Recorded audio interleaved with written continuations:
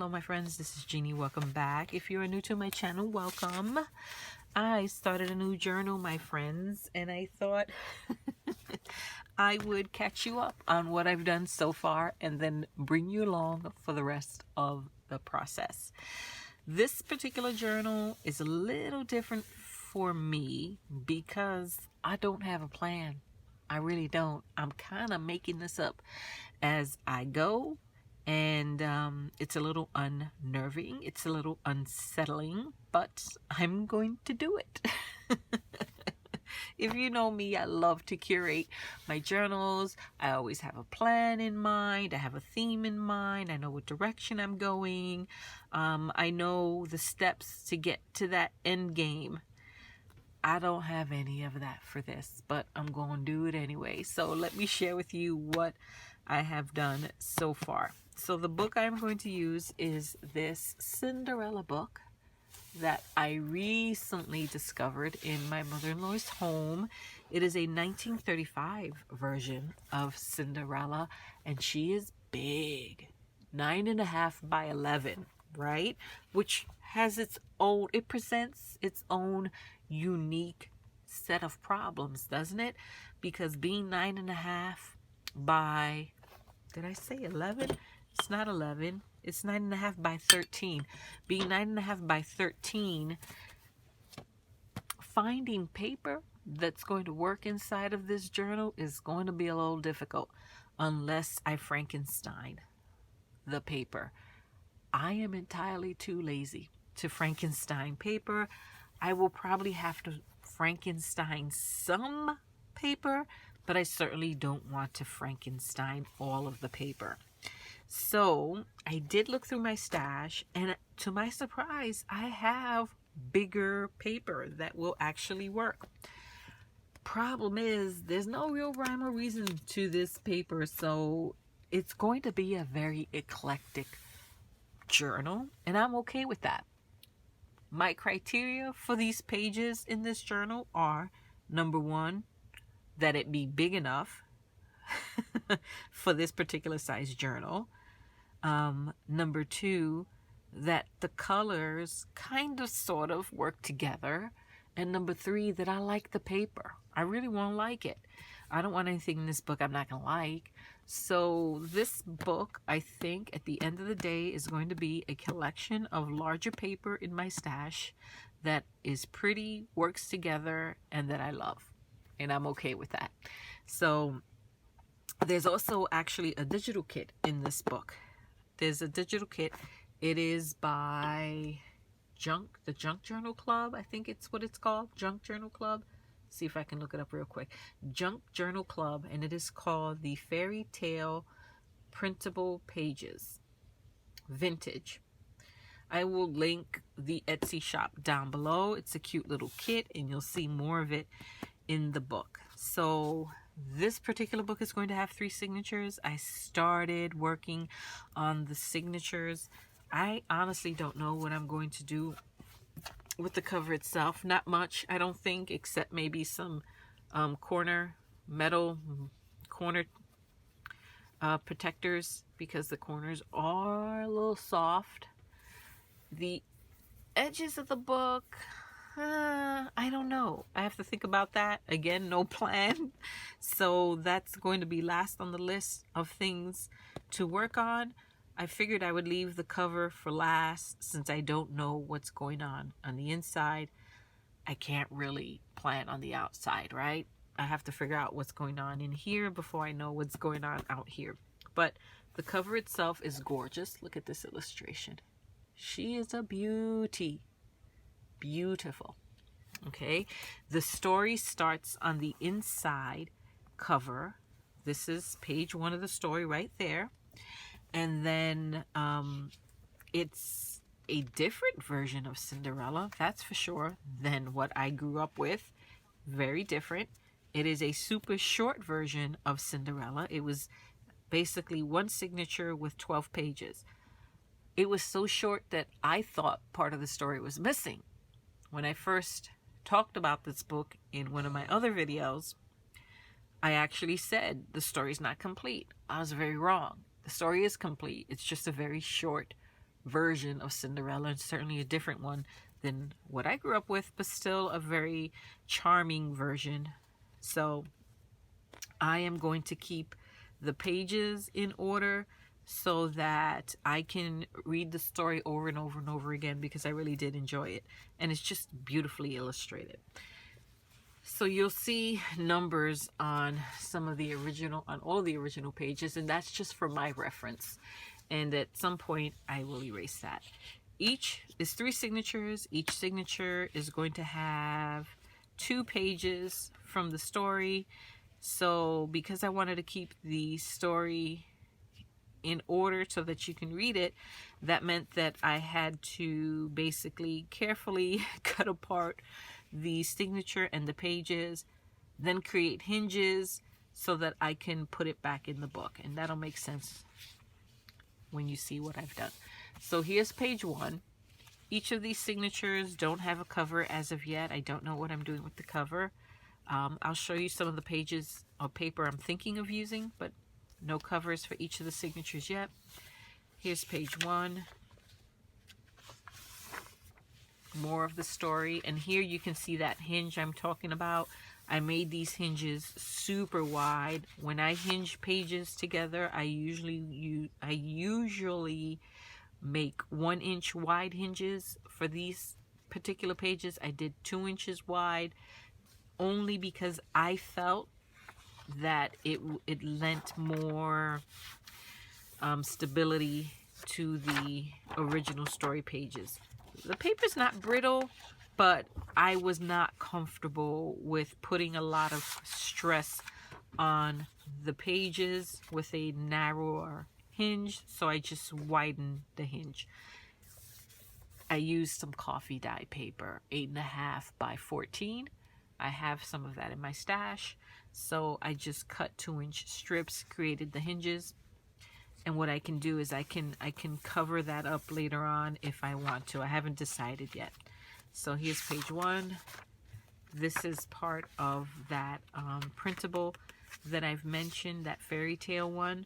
When I printed it, on the one side is the kit, and on the back side I printed just some backgrounds I had in my digital stash, colors that I thought would work with this particular collection.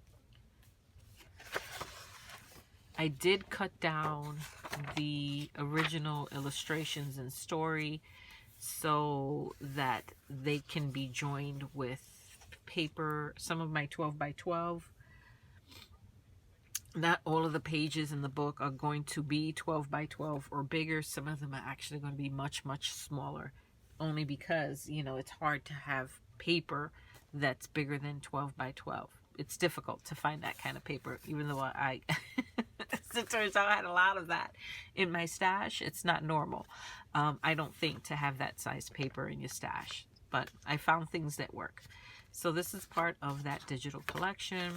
Here we have some gift wrapping paper that I purchased a long, long time ago. Each sheet is, I think, 29.5 by 25, I think. Those huge sheets of paper, right? I cut it down. I did. I cut it down to create a page in here. Another illustration. More of the story. So I am going to have 3 signatures. I like to have somewhere between like 12 and 15 pages in each of my signatures. So I still have quite the long ways to go. Right now I have how many pages in each of my signatures? 1, 2, 3, 4, 5. So I have at least, you know, I would say 8 to 10 more pages I have to kind of put together for each of my signatures, but I thought I would just share with you what I've done so far. This paper I absolutely love. I'll share it with you. It's by Momenta, and I've had this in my stash for a little bit, and it's double-sided. I love this paper. Has a bit of a grungy vintage vibe to it, and the colors are absolutely perfect for this project, I think. I think. So I pulled paper from there.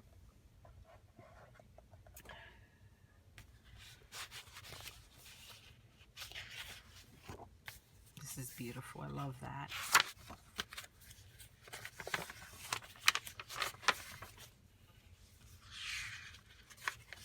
Wow, this is crazy. That's all I have to say. I don't have a plan. I don't know what's going to happen, and it's totally crazy. So those are the 3 signatures. Here's the back cover of the book. And on the inside of the back cover is also part of the story. Now, having the story, having part of the story on the inside of the covers kind of presents its own, I'm not going to say a problem. It's just different for me. If you see me make spines for my books or just create books in the past, then you will know that I like to reinforce the entire book cover with Tyvek. I obviously can't cover the inside covers. I can't do that because I will be covering, I'll lose part of the story. So when I create the spine, I'm going to have to keep that in mind, that I want to preserve the inside covers. I can't cover any of the story. I can't cover any of the illustrations. I kind of have to keep that in mind, don't I? When I create the spine, I don't know what I'm going to use to create the spine as of yet. Definitely going to be some chipboard involved. Oh my gosh, which makes me wonder, what am I going to do for chipboard? I don't have chipboard this tall. Oh boy. I just thought of that. I'll have to figure that out. But the cover is going to be last to be put together, so I'm not going to stress that too much now. I'm just going to put that to the side and share with you the other pages I pulled from my stash. And then I'll call it done for this video. And in the next video, hopefully I'll have some of these pages cut down to size. And we'll be further along in the process. My goodness, now I am completely distracted by what am I going to use to create the spine. I don't have chipboard that's 13 inches. All of the chipboard I have is 12 by 12. I'll figure it out. If you have any ideas, let me know. Leave a comment down below. These are some extra prints from that kit. Some misprints, but I never throw out misprints because I figure I can use these or parts of them maybe to create pockets. Like this particular one, I can fussy cut the little sandals or the shoes to create some embellishments in the book. So those are just extra prints from the digital kit. Now I pulled out quite a bit of wallpaper from my stash because look how pretty this is. I thought some of these would be wide enough. Like, look at that. I can definitely make some, at least one page with that. I thought some of these would be wide enough. So I would need 3 pieces of wallpaper. This is a piece that works. Doesn't have to be the exact height that I need. I don't mind having different sized papers in the journal, so I'm okay with that. It's the only reason I pulled out some of these smaller pieces. That might work. I think this color scheme works. So I have that, I have this, and most of my stash I have purchased from Diane H and Pretty Pink Cottage. So yeah, this might be good for a pocket. I should actually put that to the side. I have a pile of paper that I can use to create pockets and embellishments. Then I have this pile of paper, which I thought I can use to create pages. That might work, right? I wish some of these were a little bit taller. I definitely have the width. What I'm not finding is the height, but these three might work. Yeah, these three might work. I need at least one piece for each, right? For each signature. Then I have these wallpaper borders. That might be fun for creating a pocket. I'm going to put that to the side. This is pretty. I don't know that this necessarily goes well with the general vibe of the book. But then again, what is the vibe of the book? I don't know. So I pulled that out. These I absolutely love. These are some wallpaper samples that I purchased through, I want to say, Amazon. There was this seller on Amazon that was selling these samples, and I purchased a bunch of them. So if I fold it that way, that might work as a page. Let's see. Let's just see what one looks like.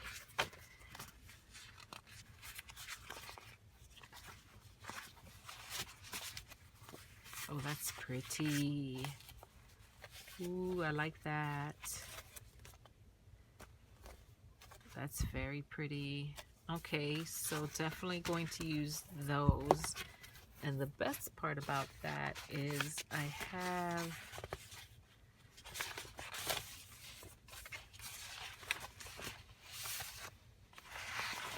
four of them. So I definitely want to use this one. That's beautiful. I'll use that one and that one. So I think I'll use these three.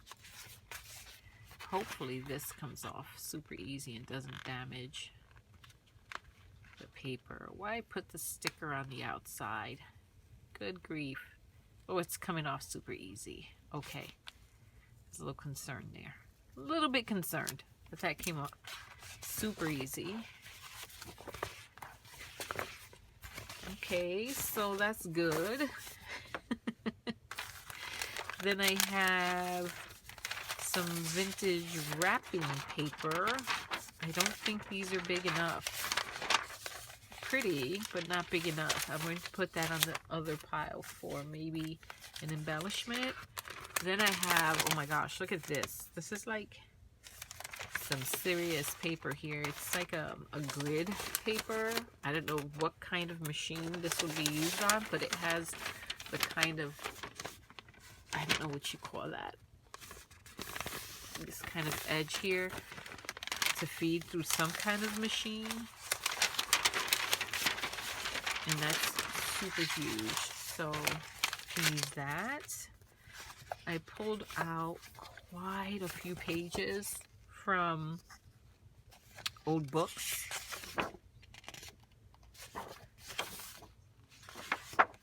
Love this. I have this. It's nice heavyweight paper. I don't know what book this came from. It might have been part of a paper bundle that I purchased from Diane. I certainly have enough to put one of those in each of the signatures. And then this definitely was from Diane's shop. It was part of like a floral themed paper bundle that I purchased from her. And I love this paper, and I have been wanting, I love these pages, I should say. I have been wanting to use them in a journal, and this might be the project for them. Let's see what that would look like. This might be the project for them. Singing to myself. Yeah, I'm definitely going to be using those in this book. For sure.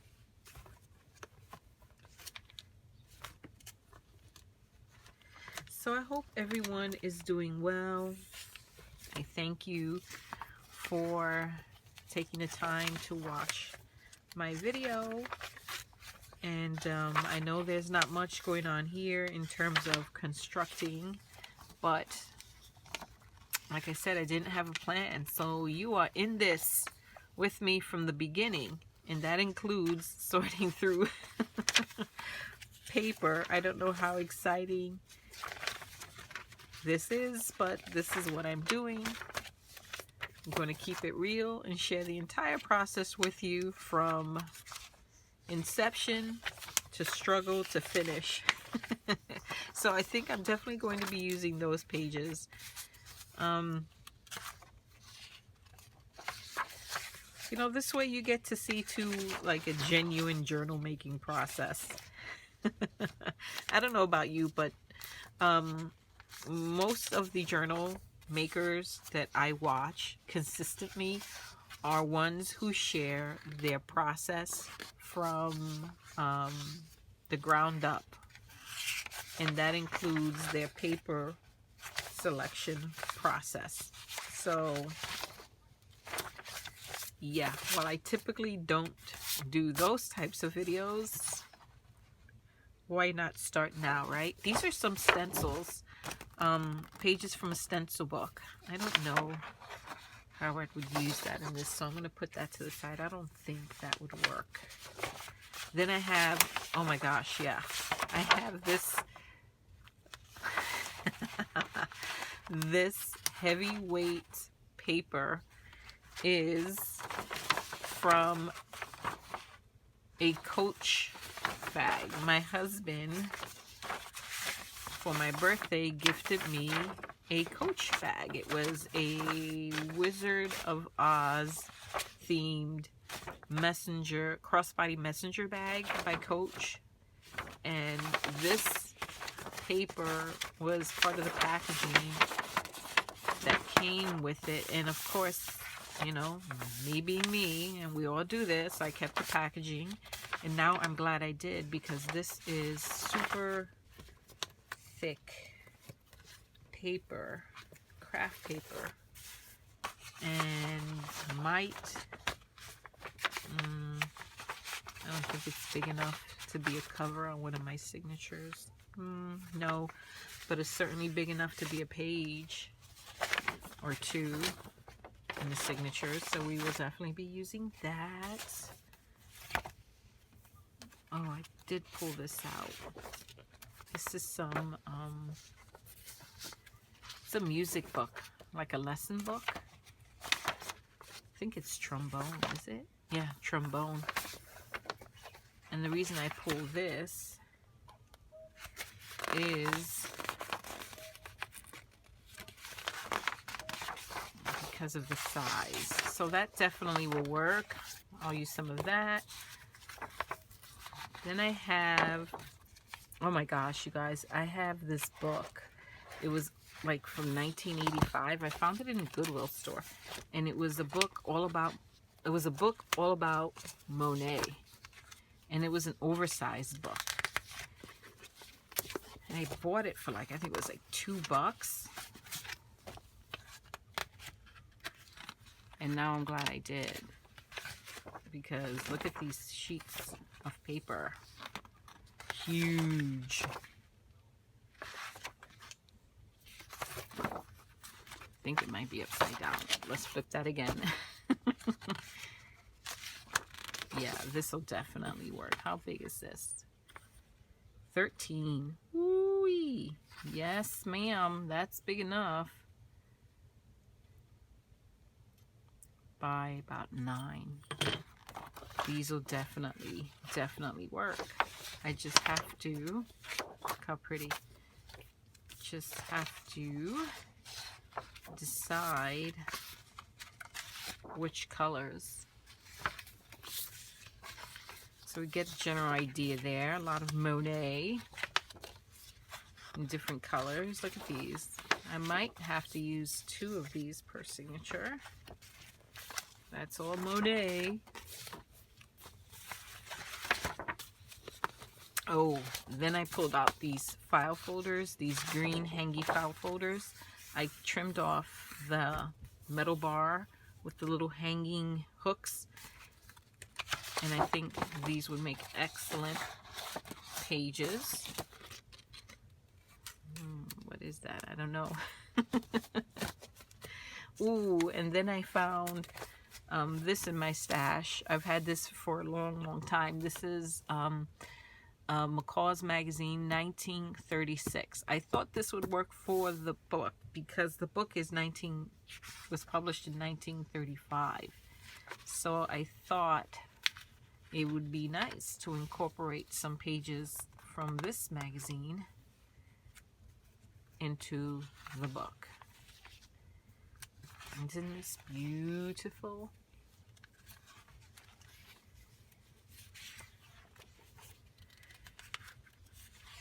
Gorgeous. And this I also got from my mother-in-law, but this is not something that was pulled from her home recently. This is something she gifted to me a long time ago. So I've had this in my stash for a little bit. Oh my gosh, look at that. How pretty. Pretty. So I'm excited to use part of this in that book. Now that I'm going through all of this paper, I'm getting really excited about this journal. Really excited. Look how beautiful. Really excited about this journal. Wow, look at that. Beautiful.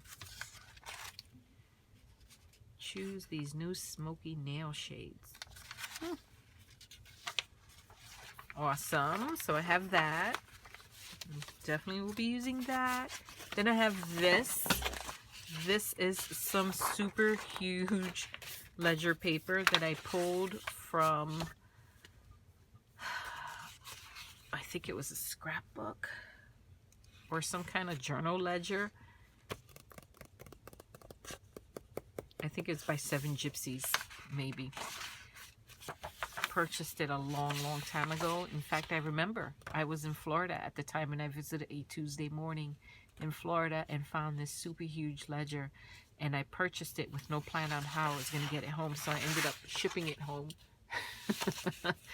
And I took it apart, and I've had these super huge sheets of ledger paper ever since, and I think this is the first time I actually get to use it.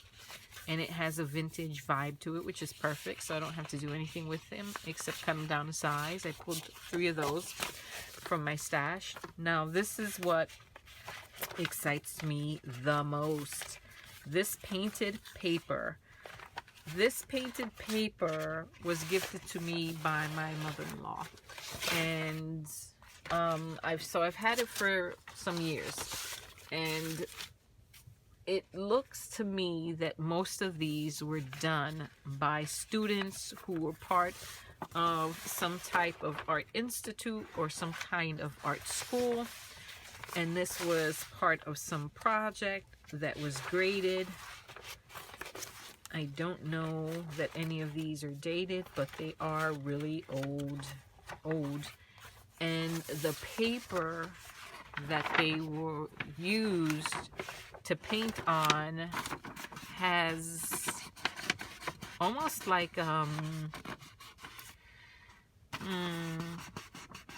waxy feel to it, and almost like a wallpaper vibe.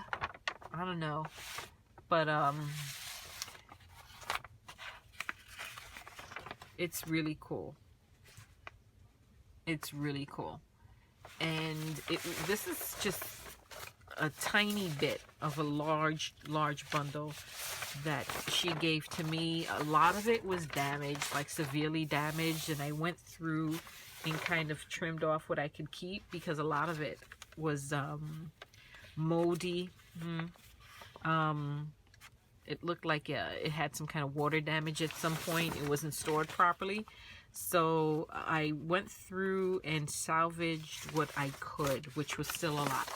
And I'm thinking these will make beautiful covers for each of those signatures.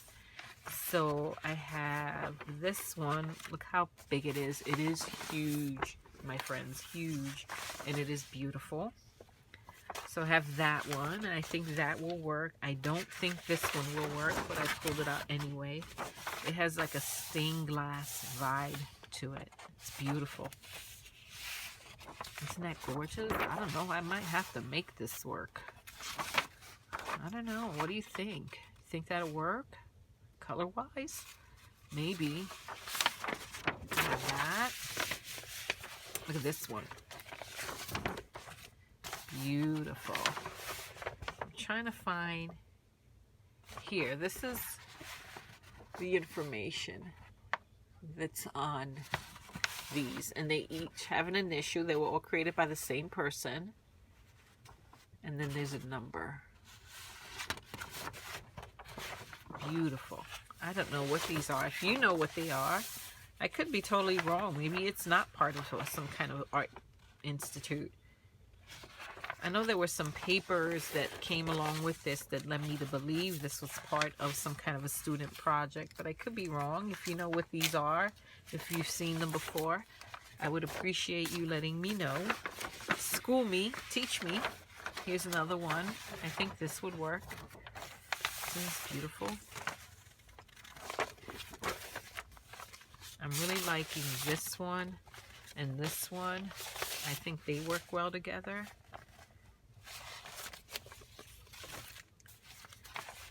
I thought this would work well with the cover.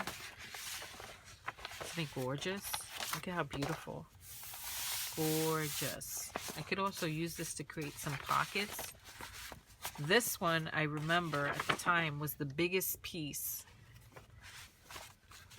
It was a huge, huge piece of this, but this is all I could salvage from it because it was severely damaged. But look how beautiful. Isn't that gorgeous? Then I have these smaller ones. It says Shirley Greenberg, Gloria Bruce Associates, Inc. I could probably do a little research on this and find out what it is. Look at this one. Isn't that beautiful? Wow. These are smaller pieces. I don't know that they would work, but I can certainly put them off to the side to make embellishments. And then there's this one, which I don't know. I was kind of on the fence about this color. I don't think this color is going to cut it. But I pulled it out anyway. Might be fun. And then there's this. This I love, but my only concern is it's super thick, and I'm afraid, like you can see what's happening already. You see how that's cracking there already? I would be afraid that that would continue to crack. So I don't think, now that I look at this more carefully, that this would work. But that, my friends, is what I have so far. I appreciate that you have watched this video to its conclusion. I know it's a little different from what I typically do when I start a journal project. I'm usually a little more put together, but like I said, this is totally unplanned, and so I thought I would share the process with you anyway. And if anything, this will inspire you to just pick up a project and start it. If you have a project that all of a sudden you feel inspired to start, or if you have a project that's been sitting on your desk waiting for you to start and you're feeling overwhelmed by it, or you don't have a plan for it, or you don't see the final vision in your mind of what you want it to look like, then I would say pick it up and start it anyway, because that's what I did with this. I have jumped this project to the front of the line. I have so many other projects that I have planned out already, but for whatever reason, this one spoke to me, so I'm going to do it. I'm going to jump in, and I'm going to see what happens. I'm going to bring you along, and we can witness it together. It will either turn out beautiful, or it will be a complete and utter disaster. And either way, I'm going to do it. So thank you, my friends, for watching. I truly do appreciate it. And I will catch you all in the next video. Until next time, bye-bye.